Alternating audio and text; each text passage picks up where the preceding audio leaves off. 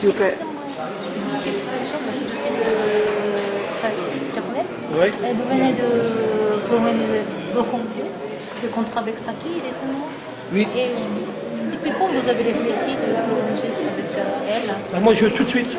C'est-à-dire que moi, depuis au bout de 2-3 mois, 3-4 mois, je savais que, depuis mon arrivée, je savais que Saki était en fin de contrat. J'avais été très clair avec ma hiérarchie, avec le président, en disant voilà, il faut. Moi, je veux garder Saki dans mon effectif. La preuve, encore, elle fait un match remarquable ce soir. Donc voilà, j'ai vu Saki et je vais discuter, je vais expliquer que ça serait une bonne chose qu'elle reste encore à Lyon par rapport aux orientations qu'on veut prendre. Et je suis très content qu'elle ait terminé son contrat. En fait, elle s'est adaptée à votre style assez rapidement. Oui, elle s'adapte bien parce qu'elle a, je dirais, les qualités mentales au niveau de la discipline de jeu, l'exigence qu'elle a pour être un très bon défenseur. Mais en plus de ça, c'est une très bonne technicienne qui a une capacité de relance. Donc oui, c'est un très bon élément. Ça, c'est la meilleure qualité de elle chez elle. Voilà, c'est ça. Voilà, elle défend bien, intelligemment. Saki, c'est pas sur le domaine athlétique, c'est pas quelqu'un qui a un énorme potentiel athlétique, mais avec sa capacité à analyser le jeu et en plus de ça être discipliné pour être un grand défenseur. Il faut être discipliné dans le jeu, il faut toujours rechercher une efficacité, c'est son cas, et en plus de ça, une très bonne technique, une balle au pied, une qualité de relance très bonne. Qu'est-ce qu'elle avait progressé depuis que vous êtes arrivé ici? Peut-être que ma volonté, je dirais, d'avoir la maîtrise du ballon et de jouer un jeu moins direct et de repartir plus vite derrière, on a un jeu moins direct, elle est beaucoup plus concernée, me dit-elle, dans l'action offensive. Voilà. Donc elle peut mieux s'exprimer sur le plan offensif. Mais toujours, elle a des espaces pour encore progresser.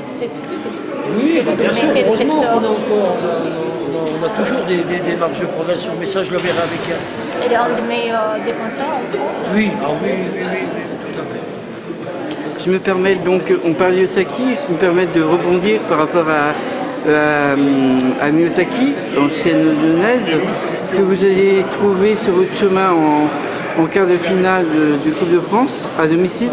On peut en parler un petit peu de ce match, comment vous le prévoyez, un petit peu vous le préparez? Là, je vous cache pas qu'on va profiter de ce moment ce soir pour effectivement apprécier la victoire. Et c'est vrai que dès demain, on va se replonger dans la préparation du match de Soyaux.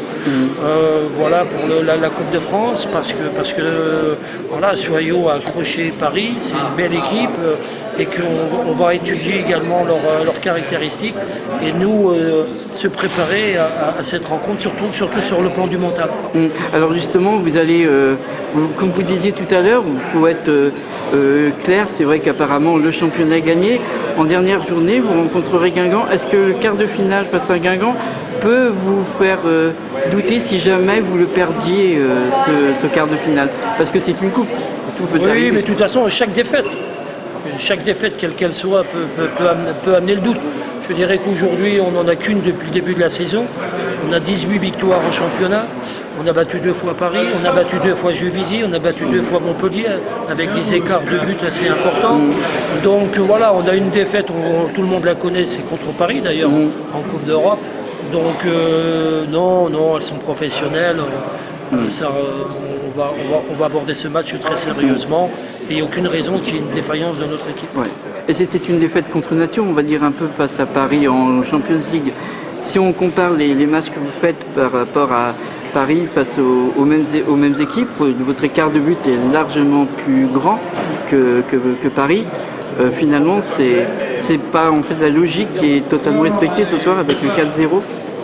Oui, si, un petit peu, on peut dire ça. C'est effectivement, on a un potentiel offensif, on a un jeu aussi. Il ne suffit pas d'avoir les joueuses pour être capable de jouer offensivement.